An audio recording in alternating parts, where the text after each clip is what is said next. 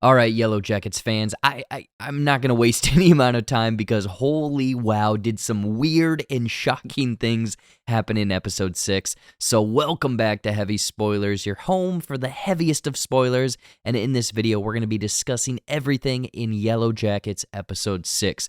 Full-on story breakdown, callbacks, strange references and parallels, and some out there theories. Get that kiddie pool ready because Shauna is having a home birth. Anyway, if you enjoyed this video, hitting that like button is much appreciated, and subscribe to Heavy Spoilers to stay up to date on all of our Yellowjackets coverage. With all of that out of the way, thank you so much for clicking this. I'm your host, Jared. Now let's get into Yellowjackets episode 6. So last week, things ended with Shauna going into labor, and basically the entire wilderness story this week is around her birthing this wilderness baby. Misty is put in charge of the delivery because she is by far the one with the most survivalist skills in the wilderness. Now this makes sense because in the birthing class to start this episode, she's one of the few actually paying attention to the video. However, when she physically sees blood on her hands, this is metaphorically symbolizing that the blood that she has on her hands from the death of Crystal. So that causes her to kind of spiral from leading the baby delivery. Now, during this, weird, and I mean weird, things begin to happen, like Travis, Lottie, and her followers making a similar blood sacrifice to the wilderness on an animal skull, offering it blood, locks of hair, a button, and some other things, along with everyone chanting to the wilderness, hearing them, and vice versa. And we do know that the latter half of this episode is entirely in Shauna's mind. Well, I'm convinced that even the ritual part is brought on by a dream too, because Shauna is an unreliable narrator in this episode and is hallucinating because someone slipped something into her tea. If you take a close look, when Misty is about to have a panic attack, Shauna takes a drink of something, and then all of the weird stuff begins to happen after this, leading to her passing out and us getting the It's a Wonderful Life like second half of this episode. And all of this strangely goes deeper because a couple weeks ago, I mentioned the movie Rosemary's Baby and how there was a movie poster of this in Van's video store, along with Lottie very much acting similar to characters from that movie. Well, a large portion of this seems to be taking influences from that movie, specifically the birth, the weird ritualists obsessed with her baby, and the ending. Like the ending of Shauna humming mirrors that of Rosemary's Baby's ending.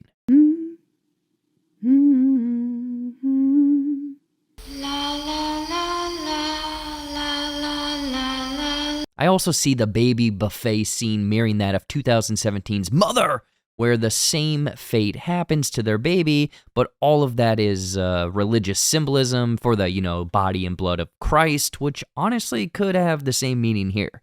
Hell, even Rosemary's Baby, she talks about the baby's eyes, what's wrong with the baby's eyes, and Shauna's stillborn baby could actually be the no-eyes man, but that is a huge, and I mean huge stretch. But yeah, Shauna's baby does not make it, and a lot of the wilderness weirdness in this episode is being chalked up as hallucinations. You know what? Argue in the comments if you think I'm off my rocker. I'd love to hear why or why not. But there's another thing, and this is layers deep, my friend, so follow me. But all of this episode, or at least the wilderness portions, were purposely done as a parody in a sense. Not in a comedic manner, but to reenact a plot of a movie, in this case, Rosemary's Baby, into tricking the audience and again throwing in some movie parallels that we've seen done a handful of other times in Season 2.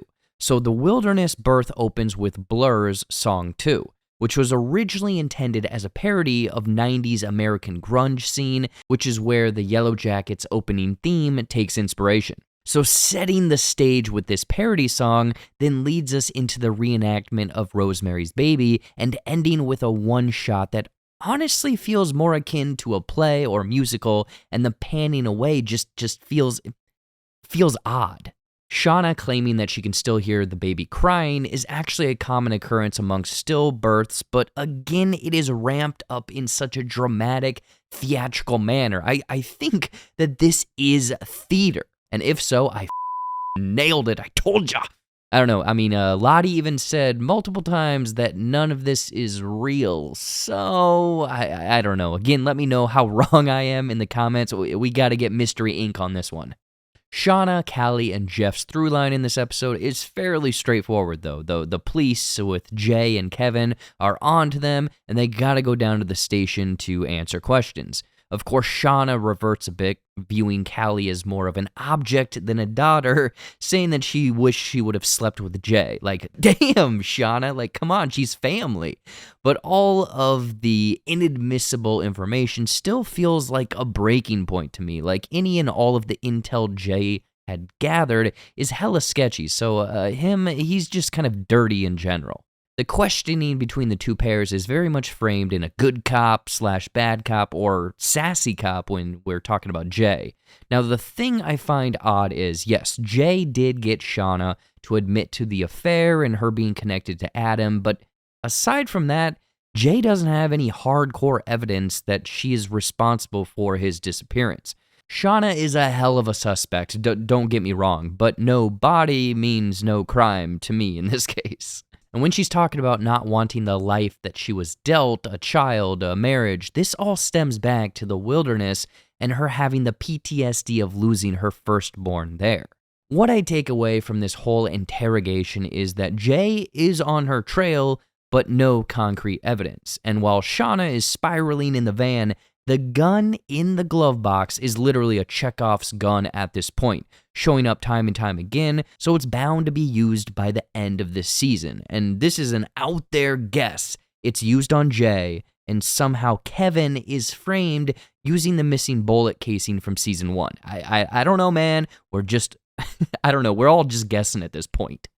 Now, Coach Scott doesn't get much of the spotlight in this episode, but what he does get is a complete jumble of present-day Cabin mixed with his memories, or even the different timeline I mentioned like last week. Madonna's Rescue Me begins to play, which is the first clue to as where Coach Scott's mind is at right now, with the song being about someone being saved by love from their loneliness, and as we can see Coach Scott trying to use his loving memories to help distract him from his current nightmare that he is in. The game of charades that they play throws a bevy of movie titles out, each having elements that relate to his current situation and or the wilderness setting. Scanners and The Shining are both about people losing portions of their psychosis in different situations, while The Shining also has, them stranded in the middle of nowhere during a snowstorm element. Falling Down is about a man who's just had enough, snaps, and goes on a rampage. Silence of the Lambs has Hannibal Lecter, someone who also enjoys the taste of human flesh. Hear No Evil is about a deaf woman who is being stalked by a mysterious person, which we could kind of compare this to the evil spirit stalking the girls in the wilderness and then leading into present day. One Life to Live can be taken at face value, with Coach Scott only having his one life to live, and unfortunately he picked the wrong path, his career over love. An airplane is of course how they crash landed into the wilderness to begin with. Again, there's the weird TV static that seems to interrupt Coach Scott's memories, of which I've considered maybe 2 different timelines smashing together. I still got my money on that theory. I'm betting big.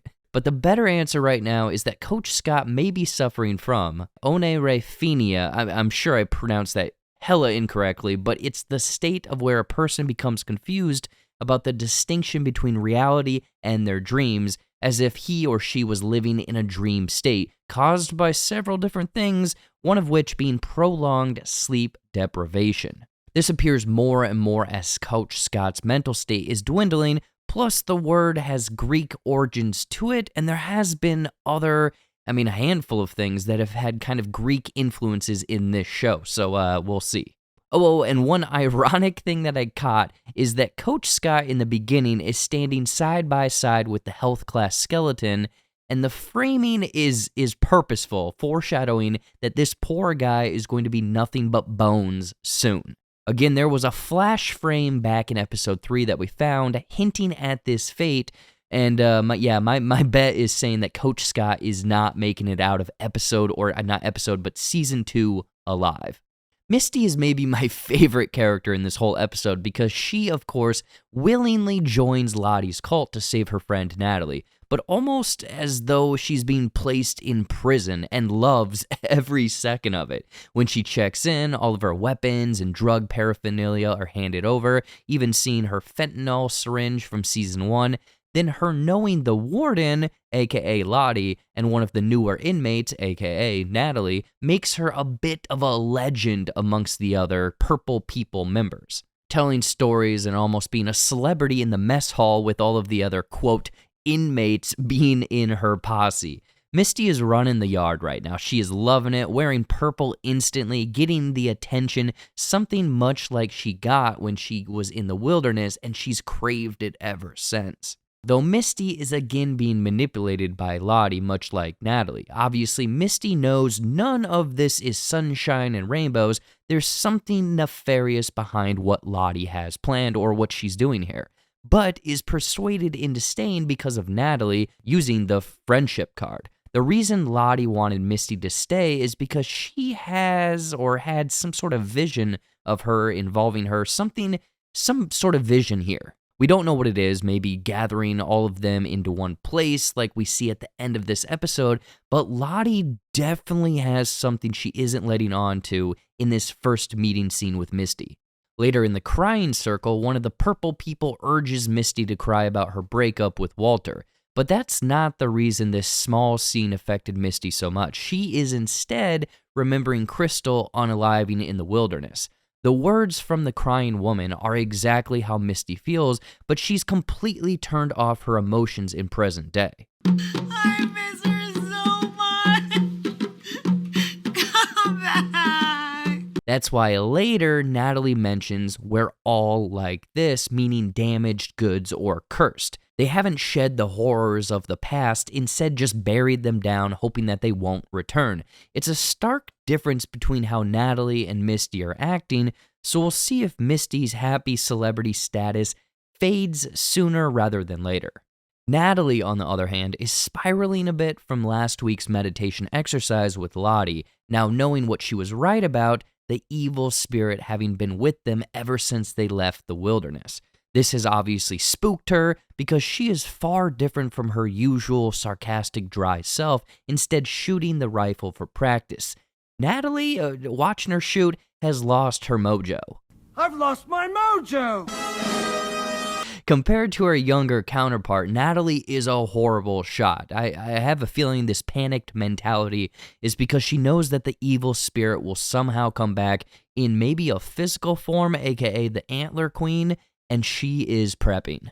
Natalie is also torn about Travis, of course, and I think that this goes deeper. Some of the commenters from last week suggested that the reason Natalie was trying to corrupt Travis in the flashback drug scenes is because he was dating Lottie at this time.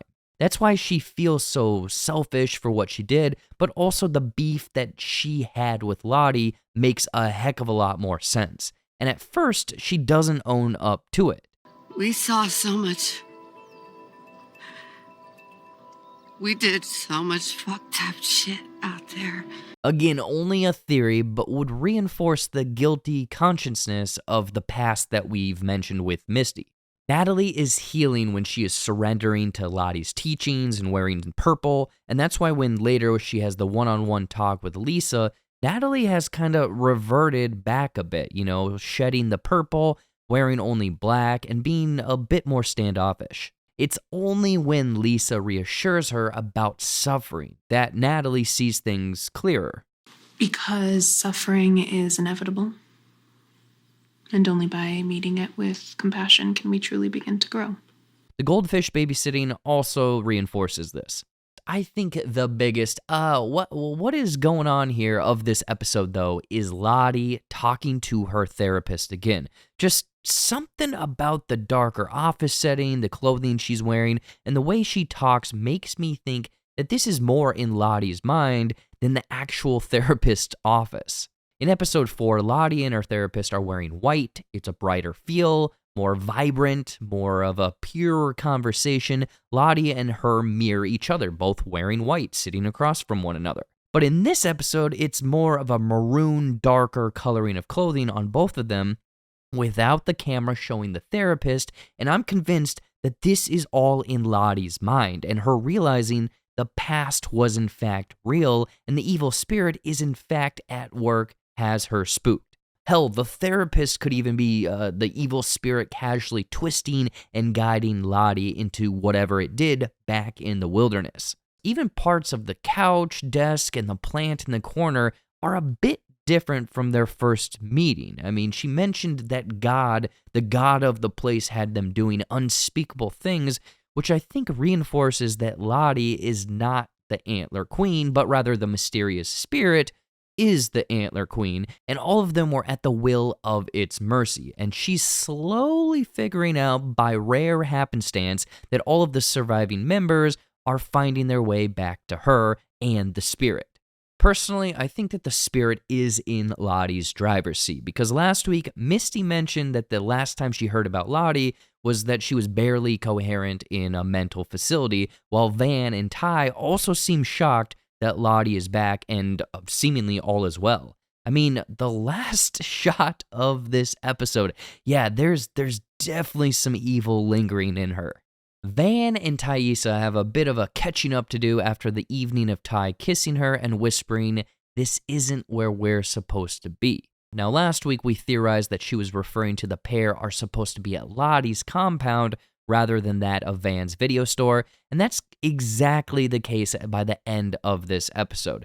Ty's sleepwalking persona, who I'm assuming has either an open line of communication with the evil spirit or is run by the evil spirit, purposely needed to get Van into the mix. So all of this big old detour makes sense, but why? Why is the real question here. We can kind of conclude that yes, before Ty was married, Van and her were romantically involved and of course had a falling out. Now I'm curious if Van wanted to continue living in the past, hence opening the video store and being surrounded by nostalgia, while Ty wanted to live for the future, but instead purposely made herself so busy and stressed via politics that she would then forget about the wilderness. Which, doesn't she have responsibilities back in New Jersey, and what about her family? Anyway, each have solutions to what happened in the wilderness, but are drastically on different sides of the solutions. You know, living in the past, forgetting about it, the happy nostalgia, and just being too busy to remember. But there are a few things of note amongst Van's VHS nostalgia collection to point out, like the poster of Airplane, which both references the wilderness and Coach Scott's hallucinations, VHS box copies of Clueless, Casper, and Antarctica relating to Ty being clueless of Van's new life, Casper maybe being the evil spirit influencing each of the core Yellowjackets moves, and Antarctica relating to the frigid wilderness where they were trapped. Ty also jokes about Sandra Bullock and miscongeniality. I give up. Does miscongeniality go in Sandy good or Sandy bad? What? Which could be a little hint at Ty's good and bad personas. Now, in the background, if you listen closely, White Town's Your Woman plays. Bang up song, I still listen to it every day, but it alludes to how Ty and Van were at one point hopelessly in love, but Ty probably broke it off due to reasons I mentioned earlier, and Van says that there's no us anymore. Misty calling both Ty and her having the same response about "I thought she was" makes me think that they knew Lottie had 100% lost her marbles, so something is up. Again, I'm saying the spirit is driving Lottie, influencing the others, because Ty calling Shauna to get her there is the last surviving member that we know of in present day. There's also some subtle character backstory for Van when they're driving to Lottie's, with her claiming that yes, she is dating, she's getting out there, even though she still has a broken heart. On the radio, Pitsula by Elliott Smith plays, which highlights both the fear of hurting the other person and of being hurt again due to someone's own insecurities, which again is why Van is clearly living in the 90s nostalgia world, surrounded by the good, not the memories of the bad. When they all arrive to Lottie's, I want to say each of them has an entirely different feeling of being there and seeing Lottie. Hell, I think Van's expression is the best, saying, "Keep your eye peeled for the black and white Nikes," which is a reference to the 1997 Heaven's Gate cult, where a mass unaliving of roughly 39 people occurred, all wearing identical black shirts, sweatpants, and brand new black and white Nike athletic shoes. So Van is not drinking any of Lottie's Kool-Aid, but also maybe the most scared of the group, seeing Lottie after all of these years. To me, this whole sequence, this whole thing feels like the Avengers meeting Thanos in the final showdown.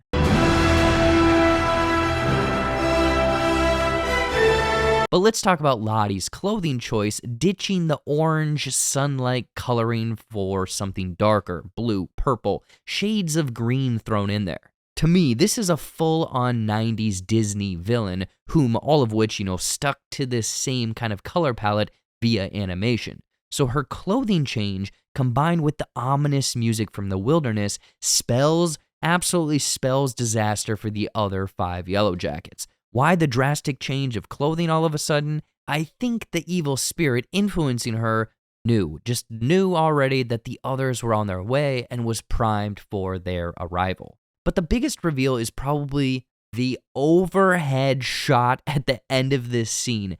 Last week, Paul, good old Paul, king of spoilers here at Heavy Spoilers, suggested and theorized that her speaking and meeting place to start the season was in the shape of the mysterious symbols, and holy wow was he right. A bit different than what we had theorized, but the overhead shot shows that Lottie's compound is entirely laid out to form the same cryptic symbol from the wilderness.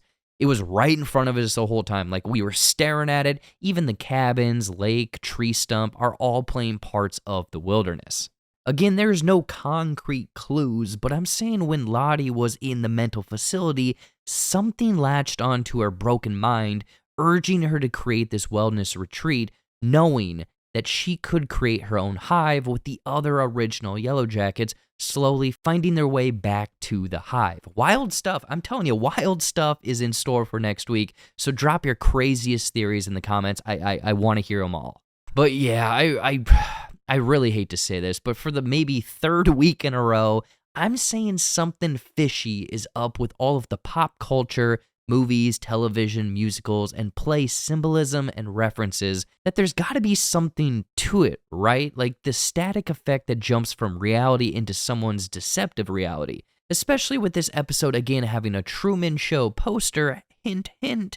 And the way that this episode ends with a one-shot on Shauna feels very like end of a musical or play. Maybe I'm grasping at nothing here, but something, just something feels off about this episode in general. Like, sure, Shauna hallucinated a lot of the birth, but I don't know, it feels, I don't know, it just feels weird.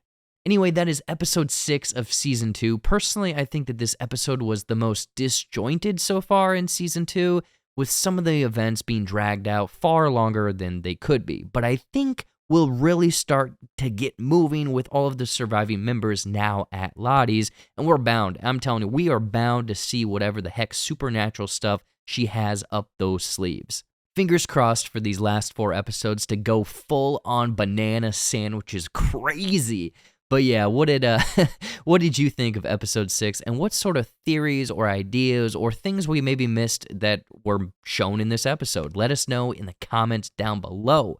And I'll let you know, we're currently running a competition giving away 3 copies of Quantumania, Ant-Man Quantumania on the 15th of May. And all you got to do to get a chance of winning this is like this video, subscribe with notifications on, and drop a comment below on Yellowjackets episode 6. We pick the comments at random at the end of every single month, and the winners of last month are on screen right now. So if that's you, message us on Twitter at Heavy Spoilers. If you want something else to watch, be sure to check out some of our other cool videos. We just did an Exorcist breakdown. Paul did really good work on that one. Go check it out. But with all of that out of the way, thank you so much for your constant support. I've been Jared. I'll see you in the next one. Take care and peace.